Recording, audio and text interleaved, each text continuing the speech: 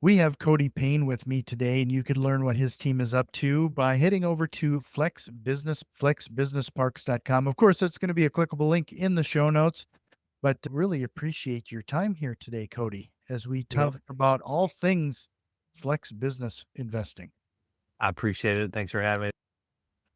Yeah, well, first of all, you released a book and it's doing fairly well on Amazon. Let's Mhm. talk about that. Surprisingly, I mean, when I was a kid, I never thought I'd read a book, and lo and behold, we actually wrote a book. And so, yeah, Flex Space Domination, me, Tran Austin, we sat down for a long time about a year ago writing it. It's a short read, but basically an introductory to the space. It's a space like you and I were talking offline, how you kind of see them popping up everywhere. And, even though I've been working in the space for 20 years, it's still a new asset class to many people. And so we wanted to help shed as much light onto it as possible. There's a lot of folks that want to develop it. And so we said, you know what, we're going to write a book, something short that just kind of outlines, some of the key things that we think are there to be successful in the space, understand how to build and invest. And so we wrote it up and we put it on Amazon just to kind of make it easier for people to access. And yeah, lo and behold, it's done tremendously well. And we're very proud of it. And we love talking about it. You mentioned that we chatted before I hit record here, and you're right. There's a major road that we drive down, and we have these small communities as you get closer to the bigger town. You go through these small communities, and some of them have been working for quite some time on ways to grow, whether it's, and you usually see sections of farmland being subdivided for single family homes and making little communities. Well, we have this one community who's done exactly that. They put in streets and lights, seen absolutely really no significant development there. But then on the other side of town, all of a sudden are popping up these flex industrial buildings like crazy. Like it's just this rapid growth all of a sudden. So there must be an obvious demand there. I mean, look, they are a very diverse asset. They tailor to a lot of different tenants. They're great for up and coming developments, neighborhood, things of that nature. They used to just be situated more for light industrial, kind of contractor based tenants. And now it's not uncommon to have retail style people in their showroom, even office folks. And so it's a very diverse asset. I think it's probably the most diverse asset that you'll find in commercial real estate. And I think that's why it does so well. Even in rural areas, it does very, very well. Yeah, you mentioned it's kind of a diverse thing, but who's your bread and butter when it comes to the tenants in here? Man, it can be anybody. And I'll give you a prime example. So we actually just sold a park not too far from here. It had car mechanics in there. It had tumble and cheer gymnastic tenants. It had some retail tenants. It had a small commercial kitchen tenant in there. It even had a logistic tenant using it for office space. It had a car wrap tenant. I mean, it was a very diverse tenant pool, which, especially nowadays when you're looking in real estate and you're looking to invest, you've got your typical asset classes, right? Your multifamily, your self-storage and whatnot. But, they can all be a little cyclical, right? They can come and go. They can have their troubles as you see in the office sector right now and in certain parts of the multifamily side. And I think what has helped this one out is because of how diverse it can be. And so when I first got started in the business, I was leasing this space and we were really just leasing it to electricians, small machine shop, car mechanics. And now that tenant pool has just exploded exponentially. A lot of it's because of technology. A lot of it's because it's these smaller retail guys that are private shops. They're not as reliant on the location and frontage and drive-by traffic as they used to be because of social media and internet accessibility. And so there's a lot of positive notes and growth within this asset class that keep changing, keep enhancing, and it just keeps getting better and better. Well, with that, you mentioned that your tenant pool has exploded. I would imagine your product has changed quite a bit as well to adapt because when I first saw flex buildings, it was basically, forgive me for saying, glorified storage spaces.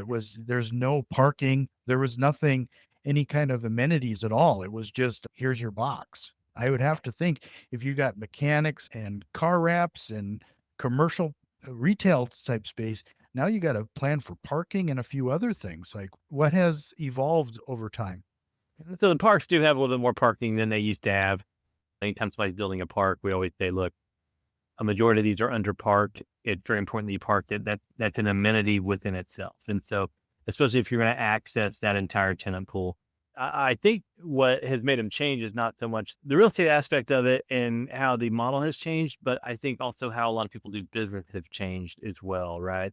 From, 10, 15, 20 years ago, e-commerce, internet accessibility, how people sell stuff, all that has changed also. And so that's been a very good economic driver for this asset class. And I think it's just going to continue to get better and better because of all the different asset classes that it pulls from, right? The retail guys, the office guys, the showroom guys, it pulls from a little bit of everybody. So do you typically build versus acquire, or do you combination of both? So our main forte here is we sell them as investments. We help people build them. We invest them in them as well. We've got several projects working all across the state. We deal in new builds, we deal in existing, but our main forte is the investment sale side of it, and to continuously go out and find and bring new buyers to this airspace. That's really been our biggest driver over the past 5 years, is to really make this airspace known to everybody, institutions, funds, private equity, everybody. We're consistently teaching people on call, doing classes to just really make the awareness of this asset class to show how great it really is and to just kind of bring the highest paying buyers and quality buyers to this airspace. So with could you kind of walk us through the process? Let's say somebody is going to be new to this, they're ready to make this type of commitment and they're going to build their first flex building. When your team gets engaged, what could they expect? How do you help them? So one thing that we help with a lot of people that they say, hey, we want to build a new flex industrial park. We say, okay, great. Let's hone in on an area. And then what we can do that we help out with a lot is we do a lot of site studies on land. And so we've got a app here that we use called the World Engine, that if we get a piece of land, we can put it in there. We can run the demographics. So there's a lot of demographics that we look at, just like retail, just like storage, just like multifamily, that help understand how to make these parks successful and if it's a good area for it. And so we run it through there. We figure out, hey, what's our household income? What's our home ownership percentage? What are the home values? What's the increase in population? How many businesses do we have? I mean, we've got a long list of stuff that we look at, and it kind of will help us determine, hey, this spot's a fantastic spot. Maybe we do a showroom build. Maybe we do a nicer build. Maybe we do storage side yards, or, hey, maybe this area isn't good. Let's find something else. And so as far as new development goes, our site study, I think, is probably one of our best tools that we have for a lot of folks. And right now, we're probably doing 20 to 30 a week right now, all across the U.S. And so that tells you there's a lot of folks that are looking at building this asset. So you're evaluating 20 to 30 a week and providing this type of feedback. How many move forward? Maybe one, Mhm. you know, because sometimes we've got people that say, hey, here's 5 sites. What's the best one? And so, as you know, anytime you're evaluating any real estate deal, how many people you say, I look at 100 and I pick one. And so it's really no different than that. Yeah, and that's always important to understand the magnitude of this too, because I don't want people to get in the impression that some of this is easy. No, nothing's easy. Like I've been doing it 20 years. I learn something every day. And if I don't, I'm not growing. And it shouldn't be easy. Success should not come easy. So, no, it's hard. But you know what? All you got to do is just put in the work and the result will definitely speak for itself. So earlier you mentioned side yard showrooms. It sounds like there's classes within this product class. Absolutely. And what I actually call them, I consider them amenities. Yeah, I can. So, yeah, you can have like class A, B, and C, higher quality things of that nature. I really like to talk on them as amenities. If you're building a park and maybe you want to add in mezzanine space onto the suite.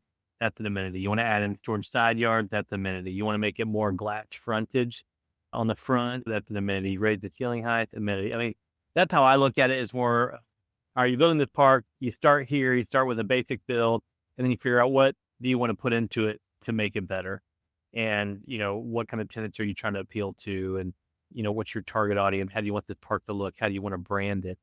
And so we're big on adding amenities. George side yards, we talk about that all the time. That's a huge amenity. And so each one kind of for a different area as well, because some people will condo these and sell these to individuals as condos. And so there's a lot of different things that you can play with here within the asset class, which I think is what makes it the most fun. That's a brand new concept regarding this being a version of condos. It's been happening quite a bit, but it's not something you can do in any market, right? You gotta have it in a market where those tenants have the ability to make that purchase, right? But, there's a lot of people that build these as luxury storage, luxury garages. There's car group that will build these as, make a nice community of car guys who will buy these as condos. Garages of Texas, they're a big one out in Texas. But, I mean, it's a lot more diverse of an asset class than I think a lot of people know or think about on it. Is there any particular part of the country that you found that this is more popular than others? I mean, it's gaining traction everywhere. It's obviously huge in Texas, Florida, Georgia, California, Washington. It's getting big everywhere. Arizona, Colorado is becoming kind of like the metal building flex mecca. It's really an asset class that thrives in a lot of states and a lot of economies. If done right, they traditionally do perform very, very well. I'll tell you, it's rare that we ever get a project where someone's like, "Hey, man, we're just having trouble leasing this thing. Like, this is a tough project." Like, it's rare that we ever get those, and we deal in these all across the U.S. So, can you talk a little bit about what people should expect? Like, if they get into the space, we've already touched on the possible tenants, but when it comes to lease agreements, like duration, what is that typically set up as? So your typical lease terms on these are going to be 1 to 3 years, right? We prefer 3 years. That gets a little more commitment, especially if you do any type of TI into the space that, helps out with that. So a lot of times your 1 to 3 year leases, in the past, they were mostly gross leases, but now it's not uncommon to do triple net leases, which helps recollect taxes, insurance, and common area maintenance.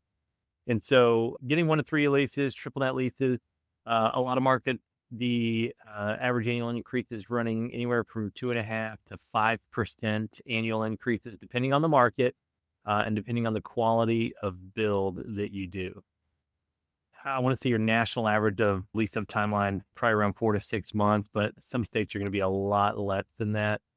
Each state's going to run a little bit different, and then each city within that state obviously is going to run a little bit different. That's why we never like to use a blanket term for all, because each one's a little bit different and has its own subset of standards in how these things operate.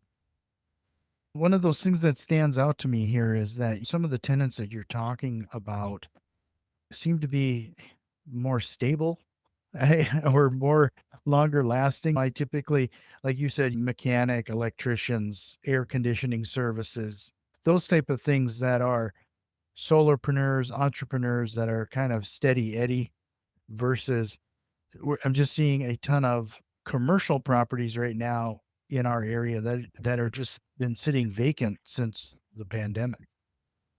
Or why do you think that is? Is it because it's office, or is it because it's built and situated for one specific use?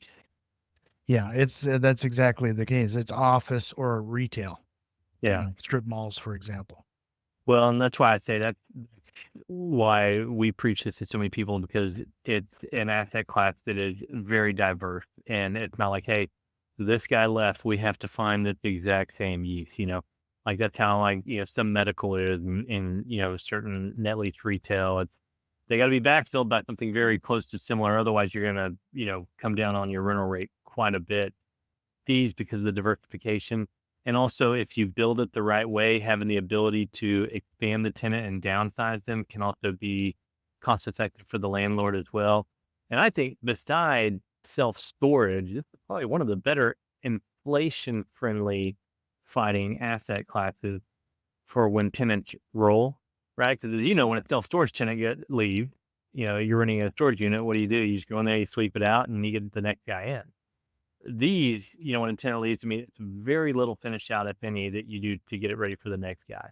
And then you've got obviously multifamily, office, and retail that when someone leaves, I mean, you usually have quite a bit of cost associated with the releasing of those spaces. And so that's why we say this is one of the better inflation fighting asset classes as well.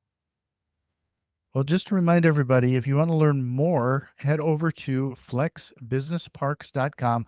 Take a look at what's going on there. I'm also going to have a link to the book you wrote called Flex Space Domination. Flex Domination, Space baby. Domination. I understand you're selling that on Amazon and it's going really well for you. So flexbusinessparks.com. If you found some value in what we're talking about so far, do us a quick favor, share this with one of your investor friends. And if you're watching us on YouTube, give us a like and subscribe.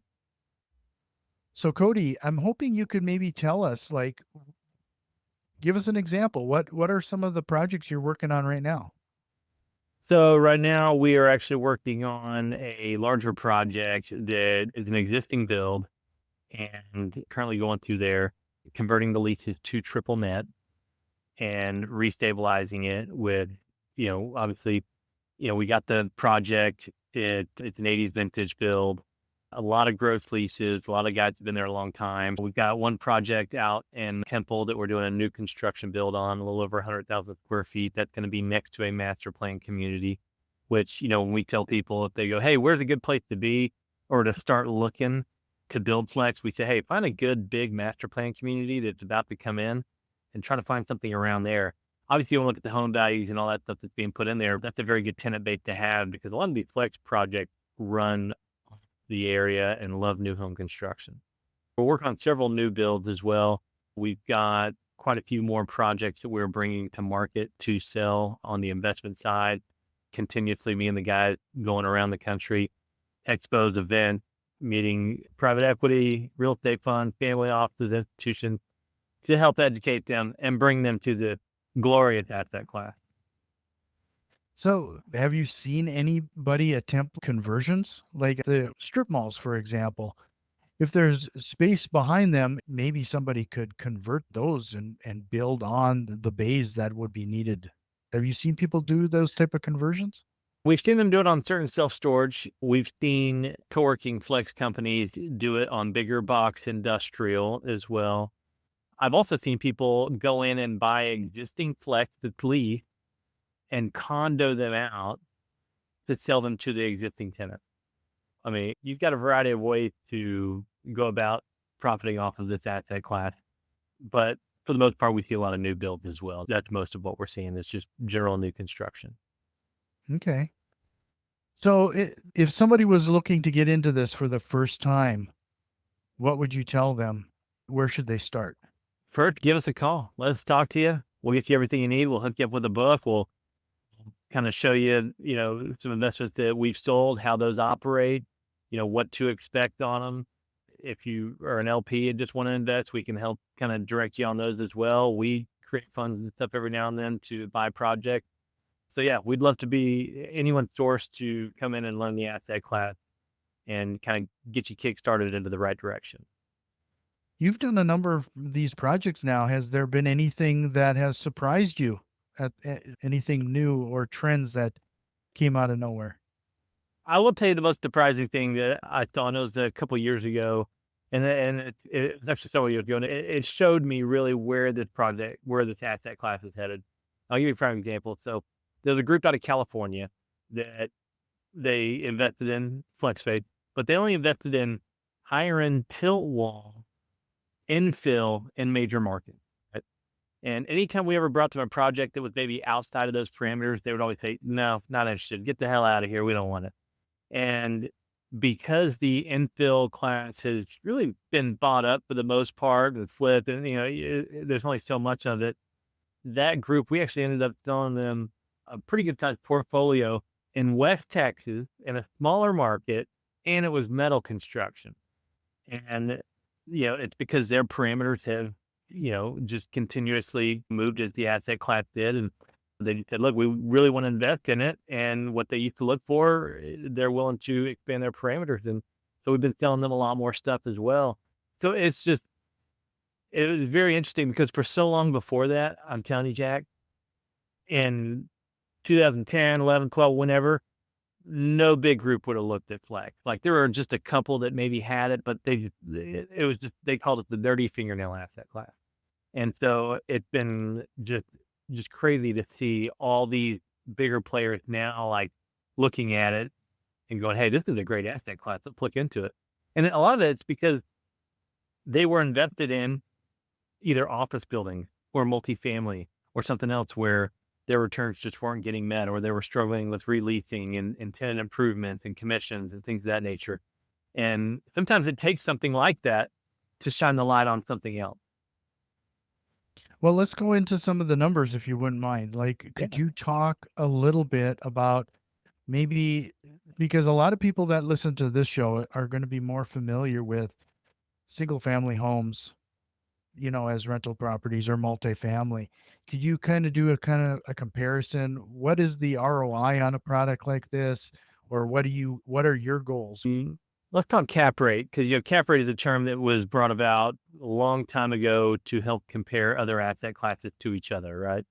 Sure. And so, what do you think a good cap rate is for investing in single family Well, as they're see, kind of running now at it? that's where things are gonna be a little off because most people, when they talk about single family investments, that's either if it's a rental, it's gonna be a cash on cash return Okay. versus, house flipping, which is gonna be return on.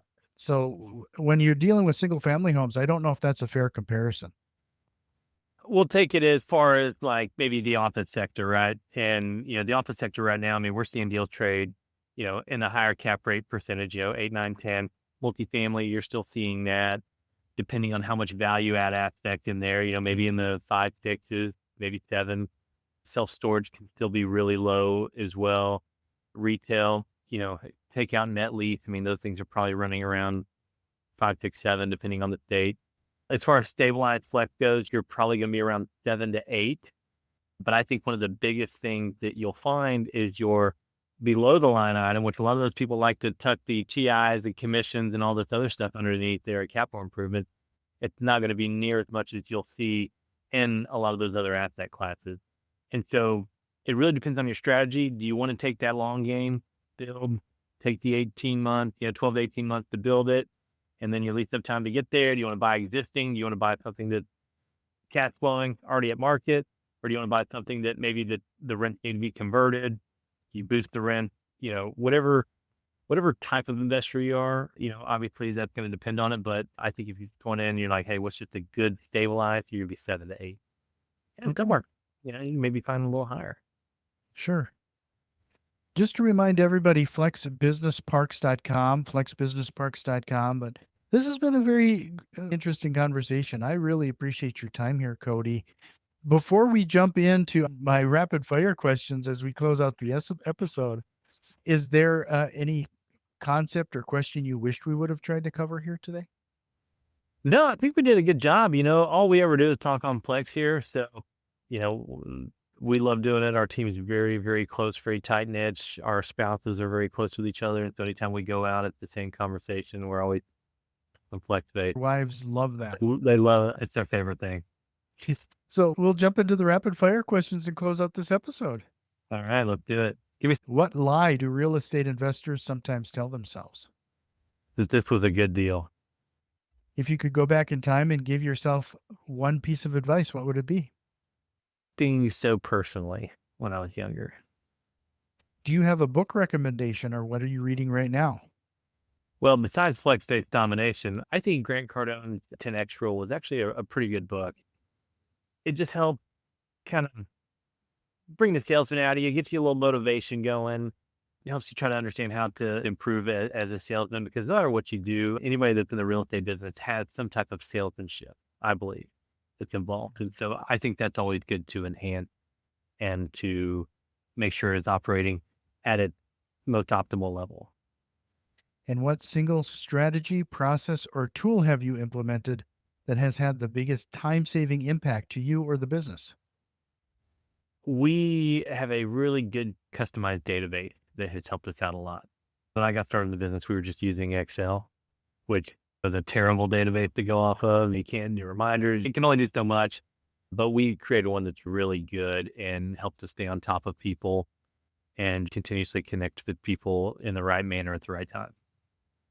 Yeah, it's rare to see somebody. Did you develop is like a CRM? You developed Yeah. this Yeah. yourself? Because we have so many people doing so many different projects all across the country. It's important that we just stay in contact with them one way or another keep it highly personalized. That's one thing that I think we were missing for a long time is a good database. And you don't realize how important a good CRM is until you actually have one. Really appreciate your time again, Cody. And to remind everyone, it is flexbusinessparks.com. That's going to be a clickable link in the show notes, as well as a link to the book, Flex Space Domination. Take a look at that on Amazon. But really appreciate your time, Cody. This was great. Thanks, Jack. Appreciate you having me.